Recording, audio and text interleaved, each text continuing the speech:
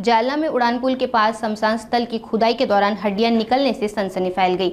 महानगर पालिका के जलापूर्ति योजना की खुदाई में हड्डियां मिलने के बाद कुछ देर के लिए तनाव की स्थिति बनी, लेकिन अब प्रशासन ने विवाद सुलझाते हुए सुरक्षात्मक दीवार बनाने का वादा किया।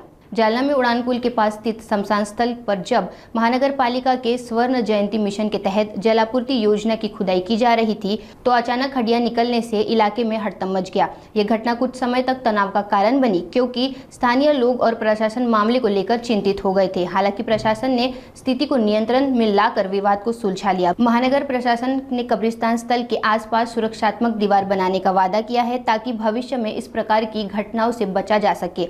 इसी के साथ ही महानगर पालिका ने ये भी कहा कि विधिवत पूजा अर्चना की जाएगी और फिर उसे दफनाया जाएगा। आपली सुवर्ण जयंती अभियानातून आपलं एक काम चालू आहे।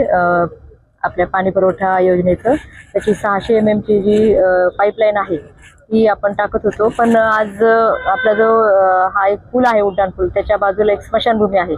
तर अगदी रस्त्याच्या बाजूने आपण ते खोदत असताना त्यामध्ये थोडे अस्थी वगैरे निघालेले आहेत।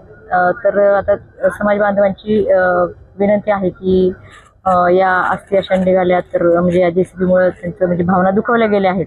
तर आम्ही त्यांच्या भावनांचा नक्कीच आदर करतो आणि असं कुठल्याही प्रकारचा उद्देश नसतो। आपल्याला विकास कामं करताना म्हणजे आपले नागरिक आणि प्रशासन यांना मिळूनच काम करावं लागतं, त्याशिवाय होत नाही।